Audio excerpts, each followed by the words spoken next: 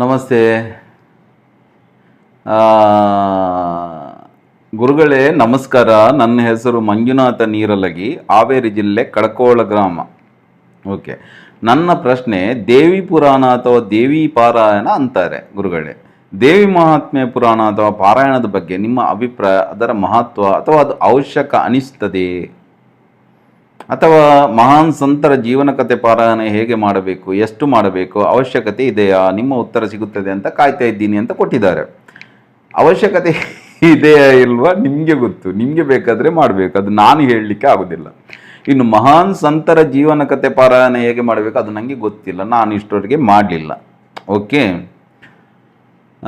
ದೇವಿ ಭಾಗವತದ ಅಥವಾ ದೇವಿ ಪುರಾಣದ ಬಗ್ಗೆ ಹೇಳುವುದಂತ ಹೇಳಿದರೆ, ಇದಕ್ಕೆ ಸಪ್ತಶತಿ ಅಂತ ಹೇಳ್ತಾರೆ. 700 ಶ್ಲೋಕ ಇರುವಂಥ ಕಾರಣ ಇದನ್ನು ಸಪ್ತಶತಿ ಮಾರ್ಕಂಡೇಯ ಪುರಾಣದಲ್ಲ ಅಂತರ್ಗತವಾಗಿ ಬರುವಂತಹದ್ದು. ಸೊ ಭಾಗವತ ಎನ್ನುವುದು ಒಂದು ವೈಷ್ಣವ ಭಾಗವತ ಇದೆ, ಕೃಷ್ಣ ಚರಿತ್ರೆ. ಇನ್ನೊಂದು ದೇವಿ ಭಾಗವತ ಇದೆ. ಈ ರಾಧೆ ಎಲ್ಲ ಪ್ರಸವ ಬರುವುದೇ ಇದರಲ್ಲಿ, ದೇವಿ ಭಾಗವತದಲ್ಲಿ. ಅದರ ಅಂತರ್ಗತವಾಗಿ 700 ಶ್ಲೋಕಗಳಿರುವಂಥ ಸಪ್ತಶತಿಯನ್ನು ಮಾರ್ಕಂಡೇಯ ಮಹರ್ಷಿಗಳು ಕ್ರೌಷ್ಟಿಕಿಗೆ ಉಪದೇಶಿಸ್ತಾರೆ. ಅದರ ಬಗ್ಗೆ ಎಲ್ಲ ನಾನು ಬಹುಶಃ ಕ್ಲಾಸಲ್ಲೆಲ್ಲ ಹೇಳಿದ್ದೇನೆ, ಆನ್ಲೈನ್ ಕ್ಲಾಸಲ್ಲಿ. ಆದರೂ ನೀವು ಕೇಳಿದ್ದಕ್ಕೆ ಮೇಲಿಂದ ಮೇಲೆ ಹೇಳುವುದು ಏನಂತ ಹೇಳಿದರೆ, ದೇವಿ ಪುರಾಣ, ದೇವಿ ಪಾರಾಯಣ ಅಂತ ಹೇಳ್ತಾರೆ, ಚಂಡಿ ಪಾರಾಯಣ ಅಂತ ಹೇಳ್ತಾರೆ, ಸಪ್ತಶತಿ ಪಾರಾಯಣ ಅಂತ ಹೇಳ್ತಾರೆ, ಅಥವಾ ಚಂಡಿಕಾ ಹೋಮ ಏನು ಮಾಡ್ತಾರೆ ಅದು ಕೂಡ ಅದರಿಂದಲೇ ಮಾಡುವಂಥದ್ದು. ಅದರ ಮೂಲ ಉದ್ದೇಶ ಏನಪ್ಪ ಅಂತ ಹೇಳಿದರೆ, ಮನುಷ್ಯನಿಗೆ ಎಲ್ಲ ವಿಪತ್ತಿಂದ ಮನುಷ್ಯನನ್ನು ರಕ್ಷಿಸಿಕೊಳ್ಳಿಕ್ಕೆ, ಎಲ್ಲ ಸಮಸ್ಯೆಗಳಿಂದ ಮನುಷ್ಯನಿಗೆ ಹೊರಗೆ ಬರಲಿಕ್ಕೆ, ಅಥವಾ ಮನುಷ್ಯನ ಏನೆಲ್ಲ ಆದಿದೈವಿಕ, ಅಧಿಭೌತಿಕ, ಆಧ್ಯಾತ್ಮಿಕ ಏನೆಲ್ಲ ಸಮಸ್ಯೆಗಳಿದೆ ಎಲ್ಲದರಿಂದ ಎಲ್ಲದರಿಂದ ಪರಿಹಾರ ಆಗಲಿಕ್ಕೆ, ಎಲ್ಲದರಿಂದ ಹೊರಗೆ ಬರಬೇಕಾದ್ರೆ ಏನು ಮಾಡಬೇಕು ಎನ್ನುವುದು ಪ್ರಶ್ನೆ ಇದರದ್ದು ಮೂಲದಲ್ಲಿ. ಆ ಪ್ರಶ್ನೆಗೆ ಮಾರ್ಕಂಡೇಯ ಮುನಿಗಳು ಉತ್ತರ ಕಂಡುಕೊಂಡು ಇದನ್ನು ಮಾಡಿದ್ರು, 700 ಶ್ಲೋಕಗಳ ಸಪ್ತಶತಿಯನ್ನು. ಆ ಒಂದೊಂದು ಮಂತ್ರಗಳಿಗೆ ಕೂಡ, ಒಂದೊಂದು ಮಂತ್ರಗಳಲ್ಲಿ ಕೂಡ ಒಂದೊಂದು ಬೀಜಾಕ್ಷರ ಇದೆ. ಇಡೀ 700 ಶ್ಲೋಕ ಕೂಡ ಮಂತ್ರವೇ ಅದು. ಒಂದೊಂದಕ್ಕೂ ಬೀಜಾಕ್ಷರ ಇದೆ, ಒಂದೊಂದು ದೇವಿಯ ವರ್ಣನೆ ಇದೆ, ಒಂದೊಂದು ರಹಸ್ಯ ಇದೆ. ಎಲ್ಲವನ್ನು ಮಾಡಿ ಆ ಒಂದು ಗ್ರಂಥವನ್ನು ರಚಿಸಿದ್ರು. ಸೊ ಏನಪ್ಪ ವಿಷಯ ಅಂತ ಹೇಳಿದರೆ, ಯಾಕೆ ಅದರಿಂದ ಎಲ್ಲ ಕಷ್ಟ ಪರಿಹಾರ ಆಗ್ತದೆ ಅಂತ ಕೇಳಿದರೆ, ಅದರಲ್ಲಿ ನಿಮ್ಮ ರಹಸ್ಯ ಇದೆ.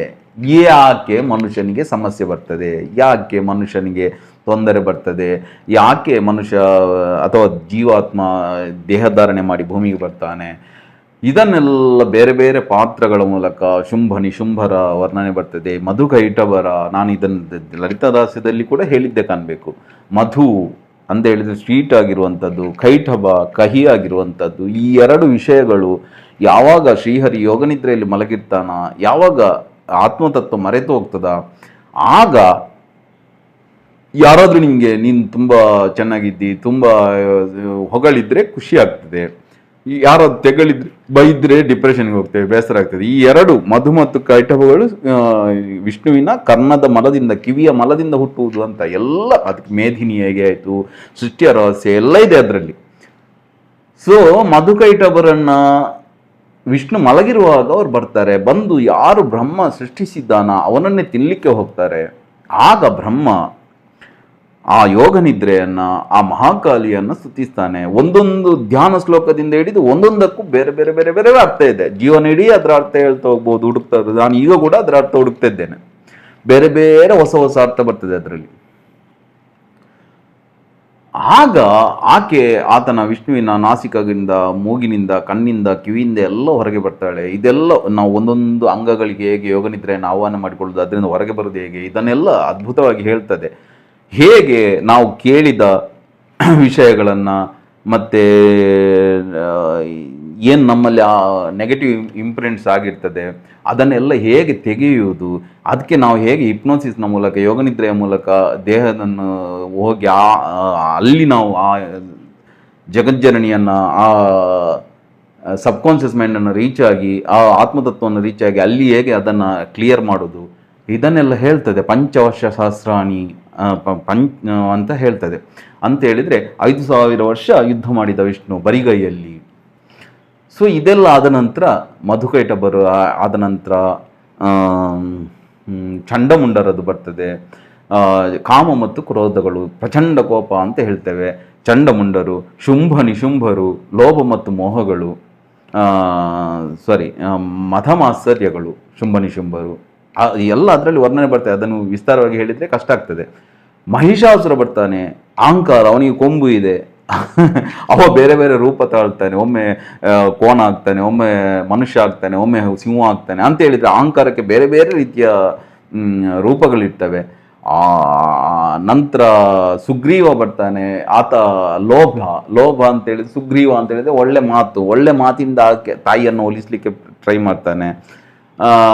ನಂತರ ಧೂಮ್ರಾಕ್ಷ ಬರ್ತಾನೆ, ಆ ಧೂಮ್ರ ಅಂತ ಹೇಳಿದ್ರೆ ಹೊಗೆ, ಕಣ್ಣಿಗೆ ಹೊಗೆ, ಯಾವಾಗ ಮೋಹ ಆವರಿಸ್ತದೆ ಹಾಗೆ ನಮಗೆ ಕಣ್ಣು ಹೊಗೆ ಆವರಿಸ್ತದೆ, ಮೋಹದ ಹೊಗೆ ಬಂದಿರ್ತದೆ, ಅದು ನಮ್ಮನ್ನು ಗುರುತಿಸ್ಲಿಕ್ಕೆ ಬಿಡುವುದಿಲ್ಲ.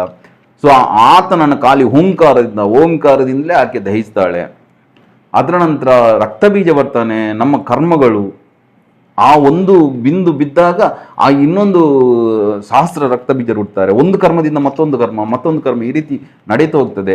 ಅವನನ್ನು ಯಾರಿಗೂ ಕೊಲ್ಲಿಕ್ಕೆ ಆಗುದಿಲ್ಲ. ಆಗ ಕಾಳಿ ನಾಲಗೆಯನ್ನು ಚಾಚಿ ಅವನ ರಕ್ತವನ್ನು ತಾನೇ ನುಂಗಿ ಅವನನ್ನು ಅಲ್ಲಿ ಕೊಂದಾಕ್ತಾಳೆ. ಅಂತ ಹೇಳಿದ್ರೆ ಕರ್ಮಗಳನ್ನು ನಾವೇ ಅನುಭವಿಸುವ ಮೂಲಕ ಅದನ್ನು ಕ್ಲಿಯರ್ ಮಾಡ್ಕೊಳ್ಬೇಕು, ಕರ್ಮದಿಂದ ಕರ್ಮವನ್ನು ಸೃಷ್ಟಿ ಮಾಡಬಾರ್ದು ಅಂತ. ನಂತರ ಶುಂಭ ನಿಶುಂಭರು ಬರ್ತಾರೆ, ಎಲ್ಲವೂ ಅವರಿಗೆ ಬೇಕು, ಇದು ಮದ ಮತ್ತು ಮಾತ್ಸರ್ಯ, ಎಲ್ಲವೂ ನಮಗೆ ಬೇಕು, ನಮಗೆ ಸರಿ, ನನ್ನನ್ನು ಅಥವಾ ನನ್ನ ತಮ್ಮನನ್ನು ವರಿಸ್ಲಿ ಯಾಕೆ ಅಂತ ಹೇಳಿದೆ, ಪ್ರೀತಿ ಅಲ್ಲ ಅದು. ಓಕೆ, ಸೊ ಈ ರೀತಿ ಎಲ್ಲ ವಿಷಯಗಳನ್ನು ಹೇಳ್ತಾ ಸುಮೇಧ ಅಂತ ಹೇಳಿದರೆ ಮೇಧಸ್ಸು, ಜ್ಞಾನ, ಅದ್ಭುತವಾದ ಮೇಧಾಶಕ್ತಿ. ಆ ಸುಮೇಧ ಮುನಿ ಹತ್ರ ಸುರಥ ಅಂತ ಹೇಳಿದರೆ ಒಳ್ಳೆ ರಥವನ್ನು ಏರಿದವ, ಈ ದೇಹದಲ್ಲಿರುವವ. ಮತ್ತೊಂದು ಸಮಾಧಿ ಸ್ಥಿತಿ. ಈ ಎರಡು ಸುರಥ ಮತ್ತು ಸಮಾಧಿಗಳು ಬಂದು ಪ್ರಶ್ನೆ ಕೇಳ್ತಾರೆ, ಆಗ ಈ ಕಥೆಯನ್ನು ಹೇಳ್ತಾರೆ. ಈ ರೀತಿ ಎಲ್ಲ ವರ್ಣನೆ ಬರ್ತದೆ. ಅಂತ ಹೇಳಿದರೆ ಮೂಲವಾಗಿ ಏನಪ್ಪ ಅಂತ ಹೇಳಿದರೆ, ಮನುಷ್ಯನ ಸಮಸ್ಯೆಗೆ ಏನು ಕಾರಣ, ಮೂಲ ಜ್ಞಾನಿನಾಮಪಿ ಚೇತಾಂಸಿ ದೇವಿ ಭಗವತಿ ಸಾಹ ಬಲಾದ ಕೃಷ್ಯ ಮೋಹಾಯ ಮಹಾಮಾಯ ಪ್ರಯಚ್ಛತಿ ಅಂತ ಬರ್ತದೆ. ಅಂತ ಹೇಳಿದರೆ ಜ್ಞಾನಿಗಳನ್ನು ಕೂಡ ಆ ಮೋಹದ ಬಲೆಯಲ್ಲಿ ಸಿಲುಕಿಸಿ ಎಳೆಯುವಂಥ ತಾಯಿಯ ಜಗನ್ಮಾತೆಯ ಮಹಾಯೋಗಮಾಯೆಯ ವರ್ಣನೆ ಬರ್ತದೆ. ಅಂತ ಹೇಳಿದರೆ ಎಲ್ಲವನ್ನು ಹೇಗೆ ಆ ಶಕ್ತಿ ಯಾವ ರೀತಿ ನಮ್ಮಲ್ಲಿ ಇದೆಲ್ಲ ಪ್ರಾಬ್ಲಮ್ ಬರ್ತದೆ ಅಂತ ಎಲ್ಲ ವಿವರಿಸುವಂಥದ್ದು. ಓಕೆ, ಜ್ಞಾನದ ಮೂಲಕ ಅದೆಲ್ಲ ಅರ್ಥ ಆಯಿತು ವಿವರಿಸಿ, ಬಟ್ ಏನು ಪ್ರಯೋಜನ? ಬದುಕು ಹೇಗೆ ಬದಲಾಗುವುದು? ಖಾಲಿ ಅರ್ಥ ಆದರೂ ಬದಲಾಗ್ಬೋದು ಅರ್ಥ ಆಗುವವರಿಗೆ, ಆದರೆ ಬೇರೆ ಎಲ್ಲರಿಗೆ ಹೇಗೆ ಅದು ಬದುಕು ಹೇಗೆ ಬದಲಾಗುವುದು ಅಂತ ಹೇಳೋದಕ್ಕೆ ಅಲ್ಲಿ ಕೆಲವು ಬೀಜಾಕ್ಷರಗಳನ್ನು ಇಟ್ಟರು. ಎಲ್ಲ ಒಂದೊಂದು ಶ್ಲೋಕದಲ್ಲಿ ಕೂಡ ಬೀಜಾಕ್ಷರಗಳನ್ನು ಇಟ್ಟರು. ಹೇಗೆ ಅಂತ ಹೇಳಿದರೆ, ಆ ಬೀಜಾಕ್ಷರಗಳ ವೈಬ್ರೇಷನಿಂದ ನಮ್ಮ ಒಳಗಿಂದ ಇಂಟರ್ನಲ್ ಲೆವೆಲಲ್ಲಿ, ಸೆಲ್ಯುಲರ್ ಲೆವೆಲಲ್ಲಿ ನಮ್ಮ ಒಳಗಿಂದ ಬದಲಾವಣೆ ಬಂದು ನಮ್ಮ ಬದುಕು ಬದಲಾಗುವ ಉದ್ದೇಶದಿಂದ ಮಾಡಿದ್ದು. ಅಂತ ಹೇಳಿದರೆ ಒಂದು ಸಪ್ತಶತಿಯನ್ನು ವಿಧಿಪೂರ್ವಕವಾಗಿ ಅದಕ್ಕೆ ಕವಚ, ಅರ್ಗಲ, ಕೀಲಕವನ್ನೆಲ್ಲ ಸೇರಿಸಿ ವಿಧಿಪೂರ್ವಕವಾಗಿ ಮಾಡಿದರೆ ಒಂದು 4-4.5 ಗಂಟೆ ಬೇಕಾಗ್ತದೆ. ಹೋಮದ್ದೆಲ್ಲ ಬೇರೆ. ಸೊ ಇಷ್ಟು ಮಾಡಿದರೆ ಸಾಕು, ನಿತ್ಯ ಅವನ ಎಲ್ಲ ಸಮಸ್ಯೆಗಳು ನಿವಾರಣೆ ಆಗ್ತದೆ. 100% ಆಗ್ತದೆ. ಅದರಲ್ಲಿ ಆಗದ ಕೆಲಸವೇ ಇಲ್ಲ. ಬಟ್ ವಿಧಿ ಪ್ರಕಾರ ಮಾಡಬೇಕು. ನಾವು ಸಹಸ್ರ ಚಂಡಿಕಾಗ, ಆಯುಧ ಚಂಡಿಕಾಗ ಅಂತೇಳಿ ಶಾರ್ಟ್ಕಟ್ಟಲ್ಲಿ ಮಾಡಿ 2-3 ಗಂಟೆಯಲ್ಲಿ ಮಾಡಿದರೆ ಆಗೋದಿಲ್ಲ. ಸಹಸ್ರ ಚಂಡಿಕಾಗಕ್ಕೆ ಅಷ್ಟು ಫಲ ಹೇಳಿದ್ದು ಯಾಕೆ ಅಂತ ಹೇಳಿದರೆ, ಸಹಸ್ರ ಬಾರಿ 700 ಶ್ಲೋಕಗಳಲ್ಲಿರುವ ಸಪ್ತಶತಿಯನ್ನು ಪಾರಾಯಣ ಮಾಡಿ ಆ ಪ್ರತಿ ಮಂತ್ರಗಳಿಗೆ ಆಹುತಿ ಕೊಟ್ಟರೆ ಒಂದು ಚಂಡಿಕಾಯಾಗ ಆಗುವುದು. ಅದನ್ನು ಸಹಸ್ರ ಸಲ ಮಾಡುವಾಗ ಎಷ್ಟು ಟೈಮ್ ಬೇಡ, ಎಷ್ಟು ಎನರ್ಜಿ ಬೇಡ. ಬಟ್ ಅದನ್ನೆಲ್ಲ ಶಾರ್ಟ್ಕಟ್ ಮಾಡಿದ್ದಾರೆ ಈಗ, ವಾಚ್ಯಗಳನ್ನೆಲ್ಲ ಸೇರಿಸಿ ಎಲ್ಲ. ಅದು ಬಿಡಿ. ಸೊ ಮೂಲದಲ್ಲಿ ಅದು ಬಂದದ್ದು ಖಾಲಿ ದಿನಕ್ಕೆ 4-5 ಗಂಟೆ ಮಾಡಿದರೆ ಎಲ್ಲ ಸಮಸ್ಯೆ ನಿವಾರಣೆ ಆಗಿ ಆ ವೈಬ್ರೇಷನ್ ಚೇಂಜ್ ಆಗಿ ಆ ತಾಯಿಯ ದಿವ್ಯ ತತ್ವ ನಮ್ಮಲ್ಲಿ ಆವಿರ್ಭಾವ ಆಗ್ತದೆ ಅಂತ ಲಲಿತ ಪಾರಾಯಣ, ಚಂಡಿ ಪಾಠದ. ಬಟ್ ನಂತರದ ಋಷಿಗಳಿಗೆ ಅದು ಕೂಡ ಅನಿಸಿತು, ಹೇಗೆ ಒಂದು 4-5 ಗಂಟೆ ಮಾಡಿದ ಕೂಡಲೇ ಮನುಷ್ಯನ ಸಮಸ್ಯೆ ಎಲ್ಲ ನಿವಾರಣೆ ಆದರೆ, ಅವನ ಕರ್ಮಗಳೆಲ್ಲ ನಿವಾರಣೆ ಆದರೆ ಹೇಗೆ?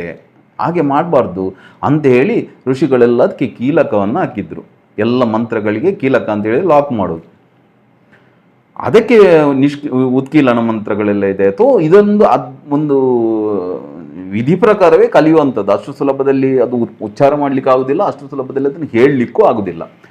ಆದರೂ ಖಾಲಿ ಪಾರಾಯಣಕ್ಕೆ ಕೂಡ ಮಹತ್ವ ಇದೆ. ನಿಮಗೆ ಹೋಮ ಮಾಡಲಿಕ್ಕೆ ಅದೆಲ್ಲ ಗೊತ್ತಿಲ್ಲದಿದ್ದರೆ ಕೂಡ ಖಾಲಿ ಪಾರಾಯಣಕ್ಕೂ ಮಹತ್ವ ಇದೆ. ಬಟ್ ಪಾರಾಯಣನ ವಿಧಿ ಪ್ರಕಾರವೇ ಮಾಡಬೇಕು. ಯಾಕೆ ಅಂತ ಹೇಳಿದರೆ, ನಿಮ್ಮ ಸೆಲ್ಯುಲರ್ ಲೆವೆಲಲ್ಲಿ, ನಿಮ್ಮ ವೈಬ್ರೇಷನಲ್ಲಿ, ನಿಮ್ಮ ಎನರ್ಜಿ ಬಾಡಿಯಲ್ಲಿ ಚೇಂಜಸ್ ಮಾಡಲಿಕ್ಕೆ ಇರುವ ಕಾರಣ ನೀವು ಅದನ್ನು ಸರಿಯಾಗಿ ಉಚ್ಚಾರ ಮಾಡಿದರೆ ಮಾತ್ರ ಅದು ಚೇಂಜಸ್ ಆಗೋದು, ಇಲ್ಲದಿದ್ದರೆ ಉಲ್ಟಾ ಕೂಡ ಆಗ್ತದೆ. ಸೊ ಗೊತ್ತಿಲ್ಲದೆ ಮಾಡಬಾರ್ದು. ಆದ್ದರಿಂದ ದೇವಿ ಪುರಾಣದ ದೇವಿ ಪಾರಾಯಣ ಮಾಡಿದರೆ ಅದ್ಭುತವಾದ ಪರಿಣಾಮ ಬರ್ತದೆ. ನಿಮಗೆ ಬೇಕಾದರೆ, ನಿಮಗೆ ಮಾಡಲಿಕ್ಕೆ ಆಗದಿದ್ದರೆ ಯಾರನ್ನಾದರೂ ಪಾರಾಯಣ ಗೊತ್ತಿದ್ದವ್ರ ಹತ್ರ ಹೇಳಿ ಮಾಡಿಸ್ಬೋದು ನೀವು ಮನೆಯಲ್ಲಿ. ಖಾಲಿ ಚಂಡಿ ಪಾರಾಯಣ ಮಾಡಲಿಕ್ಕೆ, ಹೋಮ ಮಾಡಬೇಕಂತಲೂ ಇಲ್ಲ, ಮಾಡಿದರೆ ಒಳ್ಳೆಯದು. ಖಾಲಿ ಪಾರಾಯಣ ಮಾಡಿದರೂ ಸಾಕು. ನವರಾತ್ರಿಯಲ್ಲೆಲ್ಲ ನೀವು 9 ದಿನ ಪಾರಾಯಣ ಮಾಡಿದರೆ ಅದ್ಭುತವಾದ ಪರಿಣಾಮ ಬರ್ತದೆ. ಬಟ್ ವಿಧಿ ಪ್ರಕಾರ ಮಾಡಬೇಕು, ಮೊದಲೇ ಹೇಳಿದ್ದೇನೆ. ಇಲ್ಲದಿದ್ದರೆ, ಗೊತ್ತಿಲ್ಲದಿದ್ದರೆ ಮಾಡಲಿಕ್ಕೆ ಹೋಗಬೇಡಿ. ಗೊತ್ತಿಲ್ಲದಿದ್ದರೆ ಬೇರೆಯವ್ರ ಹತ್ರ, ಗೊತ್ತಿದ್ದವ್ರ ಹತ್ರ ಮಾಡಿಸಿ. ನಿಮ್ಮ ಅಭಿಪ್ರಾಯ, ನನ್ನ ಅಭಿಪ್ರಾಯ ಎನ್ನುವುದು ಯಾವುದು ಕೂಡ ಇಲ್ಲ. ಯಾವ ಸತ್ಯ ಇದೆ ಅದನ್ನು ಹೇಳ್ಬೋದು ಅಷ್ಟೇ. ಅದರ ಮಹತ್ವ ಹೇಳಿದ್ದೇನೆ. ಅದು ಅವಶ್ಯಕ ಅನಿಸ್ತದೆ, ಅದು ನಿಮ್ಮ ಮೇಲೆ ಬಿಟ್ಟದ್ದು ಅವಶ್ಯಕ. ಅದರಲ್ಲಿ ಬೇರೆ ಬೇರೆ ಪ್ರಯೋಗಗಳಿದೆ. ಒಂದೊಂದು ಮಂತ್ರದಿಂದ ಕೂಡ, ಒಂದೊಂದು ಶ್ಲೋಕದಿಂದ ಕೂಡ ಅದನ್ನು ಪ್ರಯೋಗ ಮಾಡ್ಬೋದು ಬೇರೆ ಬೇರೆ ರೀತಿ. ಬಹುಶಃ ನಾನು ಕೆಲವೆಲ್ಲ ಆನ್ಲೈನ್ ಕ್ಲಾಸಲ್ಲಿ ಹೇಳಿದ್ದೆ ಕಾಣಬೇಕು. ಸೊ ನಿಮ್ಮ ಕ್ವಶನ್ಗೆ ಆನ್ಸರ್ ಸಿಕ್ಕಿತ್ತಂತ ತಿಳ್ಕೊಳ್ತೇನೆ. ಯಾರು? ಮಂಜುನಾಥ ನೀರಲಗಿ ಅವರು, ಹಾವೇರಿ ಜಿಲ್ಲೆ, ಕಡಕೋಳ ಗ್ರಾಮ. ನೆಕ್ಸ್ಟ್ ಪ್ರಶ್ನೆ ನೋಡುವ. ನಮಸ್ತೆ.